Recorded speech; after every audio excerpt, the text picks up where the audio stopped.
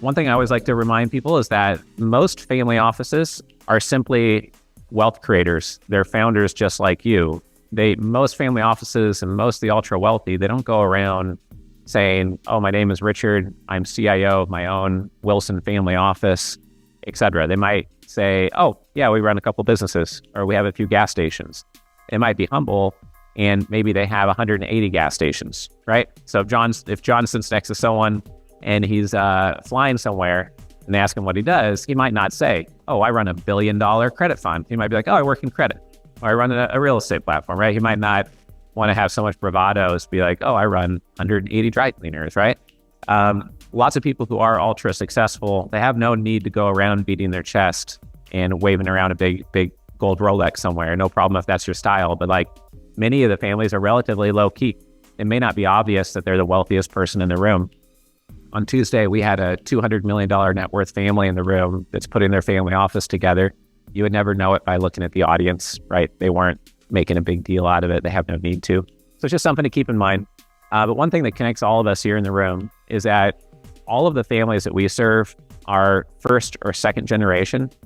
By third, fourth, fifth generation, you're usually just playing a pure defensive game in my experience. It's being managed by different trusts. The wealth's broken up among many family members. It's not as entrepreneurial. This is more of an entrepreneurial founder wealth creator club. So what you have here are people running an investment platform, a real estate firm or development firm, CEOs of companies, or people who have built those things to such a degree that they're now a passive investor, a private investor, a family office, etc. So I think that connects all of us. And the ideas we share here today are meant to be helpful for any type of wealth creator, whether you're an investor or someone raising capital. Out of 75 slides today, there might be 2 slides that are really targeted to really help those who are looking to raise capital a bit more. Might be a couple slides targeted to those looking to invest more. We hope everyone in here raising capital or looking to expand your company gets to the point where your platform is so successful, you do need your own family office. You are now a passive investor. You do have passive income to invest. So these are all ideas that should help accelerate your platforms, but also help you invest over time. So I think that context is important to set for today. So those of you who are on one side of the fence looking for investors, or you are a full-time investor, don't feel like some slides may or may not relate to you. They should almost all do so. Most of you are already familiar with who we are, unless you're invited as a guest here today, perhaps. But my name is Richard Wilson, as Audra said. I started Family Office Club 17 years ago. I've written 13 books. And then a couple of years ago, we acquired billionaires.com. So we're in a process of interviewing 100 billionaires, reading all 240 books that billionaires have authored. And you can read those interviews at billionaires.com. A little bit on me personally. It's a picture of my wife here. We're in the Grand Canyon, some of my daughters. And then we like to do outdoor adventure trips. This is me at a mountain summit last summer, some of my high school, college friends. This is where I moved about 7 weeks ago. I live out in Oahu and Kailua, just about 25 minutes from Honolulu. This is us just enjoying the water a couple weeks ago. And this was us last weekend on the beach there with my daughter. So, and this is going to come full circle. This slide here, at the end of the day, we're going to show you some very specific ways to focus on what should probably be the number one investment for everybody here in the room. And it's not a pitch of anything to sell from me or from any of the speakers here in the room, but we're going to make it very clear how to focus on that type of an investment to wrap up the day. So just to start out with some fundamentals that I don't see anyone else talking about in the family office space really, is that the smartest families that I know, they organize their wealth in these 3 buckets. A very diversified wealth management exposure. Almost all families want some exposure to public markets, diversified public investments. Usually, they're telling their wealth advisor, don't invest into tobacco and firearms, or we don't like these industries, maybe. Maybe they're telling them to slant it towards income, or that they love Tesla, Amazon, Costco, and then they just let the wealth advisor do their thing and diversify them greatly. That's how most people operate that I work with. The second bucket is very conservative cash flowing real estate or private equity investments. Most of the families I work with will put 5 to 20% into real estate development, which may have a bit more risk, but maybe better returns. potentially. But usually this bucket is seen as moderately risky, but it's thought of as pretty secure. You have different brain trusts managing different hard assets. And most of the families I work with, they have, on average, probably 20 to 40% debt on properties, LTV, maybe 50%. Most of the families I work with are not putting 70, 80% debt on properties.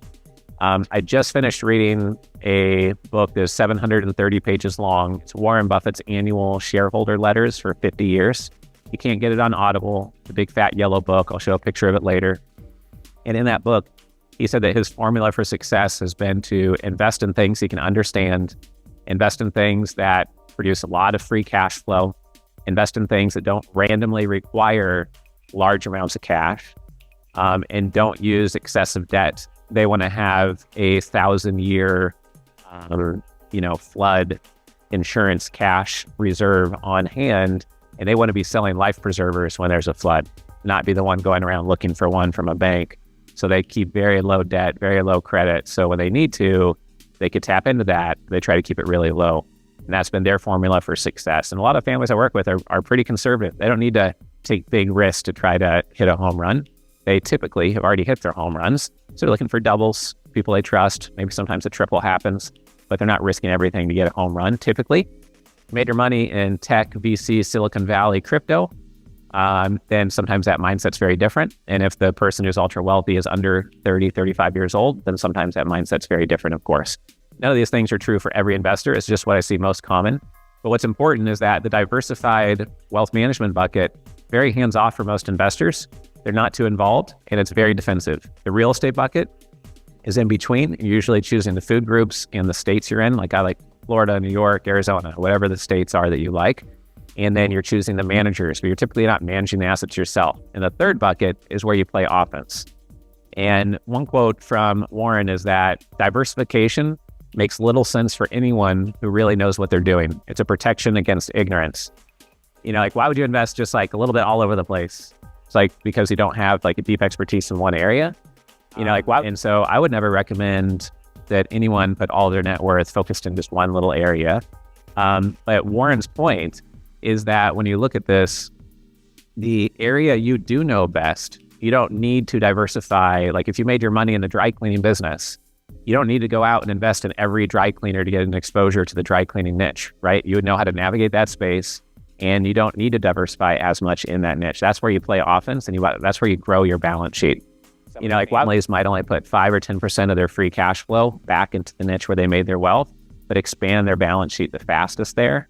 That's where you play true offense. And from other people's point of view, it looks like you're taking more risks, but you could step in and be chairman or CEO. You know how to hire people. You know how to play defense and offense for those assets. It's very different than the real estate bucket, unless you made your money in real estate. And it's different than the diversified stock market exposure. That's important to know because when you're working with families, knowing that dynamic and knowing that no one brain trust or team is going to be able to help you in these three areas typically. And most wealth managers don't want to help you with these other two areas. They don't want to help you with the public markets. If you go to them and you want to invest directly into real estate, they'll say, no, you should put it in this public market REIT. You want to stay liquid. Because they're not truly independent usually because they only get paid if you keep assets on their platform. They want all your assets to be on their platform, and they typically aren't equipped to deal with direct investments and helping you grow your balance sheet in the business area. And that's in conflict with who we are as founders, entrepreneurs, and that's why the family office space exists. So that's important just kind of set up the tone for the day. I found this true over and over and over again. If you inherit a lot of money, are essentially a kid at 18 to 22 years old, if you are a pro athlete or you win the lottery at any age, or if you sell your business and you go from making $100,000 a year in profits from your business, all of a sudden you get a $20 million, $100 million windfall from selling, many times those people lose the money just as quickly.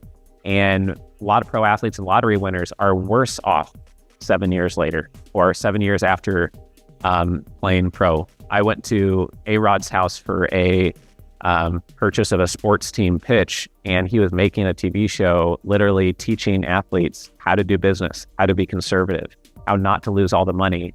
Even if you get a $40 million contract, a lot of those athletes lose all the money. One athlete signed Mercedes-Benz car leases for 17 of their friends and family members just to be a nice guy, I guess. And so the point here is that if your financial IQ does not scale faster than your net worth, then there's going to be like a painful equilibrium, and your net worth is going to come right back down to wherever your financial IQ is, and you're going to lose the money. You need to learn 1,000 lessons that you have to learn along the way to keep the money. Like I will say, keeping it is harder than making it. It's a different game you have to play. And I think one insight here is that it's not about diversifying everywhere. It's also not about taking huge risks and putting all the net worth at risk, right? You can do both at the same time, as this graphic explains. The other thing about the family office space that I always like to bring up is that for you, the whole point of having a family office solution is that it should be unique to who you are and what game you do want to play. If your goal is to play golf, you network a bit playing golf, and you're a deal maker, and you only do an hour or two of like work, and the rest of the time is networking through golf, and that's your form of work, then that's great. If you want to sit on a beach the rest of your life, that's great too. But like Curly says in City Slickers, the secret is one thing. And then Billy Crystal says, well, what's the one thing? Tell me. It's like, well, you got to figure that out yourself. That's the point of a family office, is you need to figure out, sure what path you want to be on. And lots of times families don't get that figured out early enough, and they let other people design the path that they're on. And so if you don't design the game board that you're on, if you don't decide how you're going to keep score, then someone else is going to collect $200 every time you pass go. And they're designing a game where they win, not where you win. And if you've been smart enough as a founder to become very successful and wealthy, you know what you're trying to do and what strategic goals are important to you. And it could be that locking up a institutional capital partner or locking up a strategic resource or asset is more important than growing your revenue or your profits short term. So just figuring out, which we have on this first page of the exercise here, what is the strategic game that you're trying to play? Like what is your goal? Because figuring out where to focus your time, where to focus your capital. We talk about strategic choke points a lot at our events, what choke points you should acquire. That's all different based on this game. You understand the unique game that other family offices are playing, the more you can understand how they think and how they operate. The capital raising side of things, and you're looking to work with investors more often, figuring out how a family operates and what deals they've gotten done before really helps you in securing an agreement with them. With some families, going to them and saying, do you want to be an LP in my fund? Oh no, sorry, we don't do funds. We like to do direct investments. Or they might say, oh no, sorry, pass, and not give you any feedback or not even respond to your email, right? They're too busy to respond to everybody that reaches out. But if you go to them and look for a strategic way of working together and you see how they normally construct deals and put contracts together, you could offer a joint venture deal, a co-GP deal, a direct investment deal, a couple direct investments, and then they come into your fund, et cetera. So that's really important to keep in mind. I find that people that do not have an open mindset don't do very well in the family office space. And also those people who come and then pitch somebody and say, hey, we've got these great returns. It's the best deal you've ever seen. Here's your returns. Do you want to invest? Here's our IRR. Do you want to invest? It doesn't matter if an investor is in the market to invest in something. If there's no context around it, it doesn't matter what your piece of paper says. Anybody can put any IRR on a piece of paper. Really, there's like zero context. They would rather invest with someone that has a lower return, a much lower return, and know that that person is doing something unique and they have high conviction in how much they can trust that person and the value they add. They'd much rather give that person money. And so the equivalent story I always give is if you're in the market to buy anything, a vacuum, a car, a watch, and you're walking through the airport and you're looking for your gate and someone says, hey, do you want to buy this Rolex? You're like, I'm going to my gate here. I don't know who you are. Even if you're looking to buy a Rolex, you're like, and that's what it is when you come in and you try to pitch somebody a deal and they have no context around it. That's why thought leadership is important. That's why events like this are important. And that's why understanding how families think is really important as well. So this is one tool that if you're not an investor, you could offer to investors as a helpful resource. It's one of the many tools that is in the private investor playbook handout that you have here. It's about 60 different fields that if You can complete this and give you a one-page cheat sheet for managing your investment picture as an individual or a family office, regardless of your net worth. And so if you don't have this, it's pretty hard to be on the same page as your spouse or your CEO or the next gen person you're trying to train, because if they don't know your values, your objectives, what deals you're looking at, who the service providers are, God forbid something happens to you, this can help people know where they're going, why we're going there at a very high level. And it couldn't get any more simple than this. It may look complex, but it really couldn't get more simple than this. But if half of the page is empty, then you probably have a lot of work to do in figuring out what is your game plan for these different areas. This is one of many tools we have available for family offices and investors here in the room. I'll stop for 1 second. Is there any questions about, this 3-part diagram I put up, or any questions about the dashboard? If you on to the next section. No. This is one of the other we recommend, and what I found is that a lot of times there's a certain pitch that comes from certain service providers, and the pitch is mostly the same for everyone they interact with. But the reality is, as an investor, unless you ask yourself these 50 questions or somebody asks you these questions, then you don't know where you're going or why you want to go there. And many times when family members complete this, or two spouses complete it independently, they'll have very different answers on where they want to go, on what's important. Is it income? Is it risk management? Is it free time? Is it stress? Is it making sure that they give money to the kids? Or is it making sure they don't give too much money to the kids, right? Two people might totally disagree with that. So it's really important to have these and go through these. It'll come up later as another point on why it's so important. But essentially, when you listen to somebody and then you make a recommendation based on knowing them so well, then you can really navigate that relationship in a way that respects where they're trying to go and be more helpful to them. So that's one of the reasons why we provide this tool for investors. How many people in here have values for your company formalized? So a good amount. These are the core values we have for Family Office Club. We found that these work in our industry and have been core to us being successful.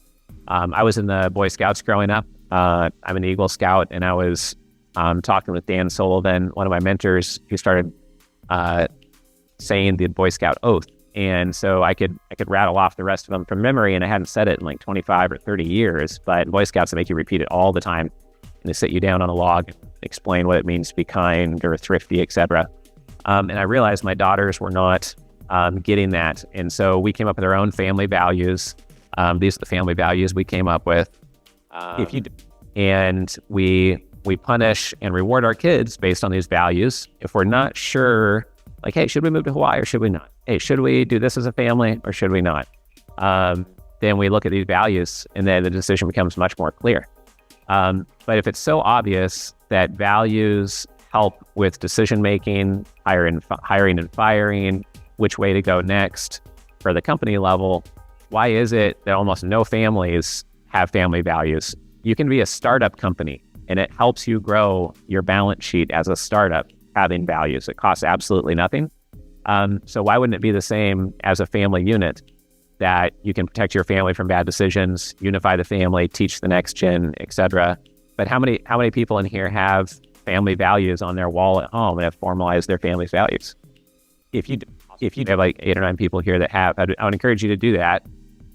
If you do almost nothing, and if you're working with investors as clients, figuring out their values, figuring out how to work with them, and figuring out how do you find more investors that share similar values is a big part of being successful and being able to raise the capital faster. And if you're working with other peer families with the same values, it makes things a whole lot more simple. So I'd encourage you to formalize these. It allows you to make high conviction decisions on which way to go, who to go with to get there, who to partner with, etc. And it can make all the difference. That's a picture of my 3 daughters. This was from probably about 5-6 years ago. They wanted to buy a little electric Tesla car, so we made them earn the money through doing the lemonade stand. And we made them collect the money and call out to people to buy the lemonade and do all of that. And so we'd bring in $50 to $250 per day, and it would teach them lessons related to our values. They wanted to do it in front of our house, but we didn't have enough foot traffic there, so we went here. right about a block away from Starbucks where there's like maximum traffic going by. So we taught them that lesson. And then recently we recorded my 9-year-old saying, would you like some ice cold fresh strawberry lemonade? And it had a Bluetooth speaker, and I recorded it on my iPhone, and we put it across the street at the stoplight. And then when people walked across there, I'd push play on my phone, and this voice would come out of the bushes, and then they would look around, and it closed a good percentage of people. So teaching them to use technology, et cetera. And it's a lot of fun, and makes it so we don't spoil them by just giving them money. So now that they're getting older, many of you have older kids that are even a little bit older than my own. We're looking at like, how do we buy them a vending machine? How do we spend $2,000 to $5,000 and buy them some sort of little mini business where they set the price of the thing, they have to restock it, they have to keep track of the high level financials just to get used to like what that is like. Because I know for me, seeing my dad run his own business growing up, and I started 5 businesses before I was out of high school, I learned a lot of mistakes before I actually got into a business that was scalable and made sense. And when you run a business that's painful and no one wants what you sell, you learn what it's like to work really hard and no one cares and you get nothing from it. And that's important to know, to know when you can feel the gravity of demand is really sucking in and wanting what you have. The gut feel. There is a Harvard Business Review article that said, should you trust your gut? And the conclusion of all these scientists basically was that depends on what your gut is made out of. So you shouldn't trust your gut if you don't have experience in that space. You should defend against ignorance and diversify, like Warren Buffett says, right? So the point is to train the next gen early so that their gut is made of something. And hopefully it's made of the values that made you a success to be here in the room. And I think that's really important. So when it comes to next generation planning, there's a saying that you want to give your kids enough money so that they can't do nothing, but enough money that they can do almost anything. For many families, it's giving them just emergency money for a medical emergency, maybe money for their school, and maybe helping them get a down payment on a house. And for some entrepreneurial families, they don't inherit any other money. So if they come to the family with a business idea, and then the elders of the family, if they approve it, they make a loan or help them acquire that business or help them sign a letter of credit, et cetera, to get a loan for that business. And you help them create value in the world, because without struggle, there's no fulfillment. Without challenge, there's no growth. And you just spoil the kid's motivation to do anything when you shower $5 and $10 million down upon them, especially early on in life or even midway through life. If you know when you turn 35 or 40, you're inheriting $10 million. So about college, who cares what you do, right? Let's go to Miami, buy a condo and live the good life, I guess, right? And that happens with a lot of families. So I wanted to bring that up. And I also wanted to have a chance here to do a little networking. Before we network though, if you have any notes you want to take for yourself on the wealth management component of your wealth, real estate, and then where you're going to be playing offense. And again, in offense, families are usually focusing on just 1 or 2 niches. And it could be that you made your money in car dealerships and you're so burnt out on it, you never want to step on another car lot in your life. That's fine. You could say going forward, we're going to focus on stem cells or crypto or cannabis or whatever niche you want to do, manufacturing.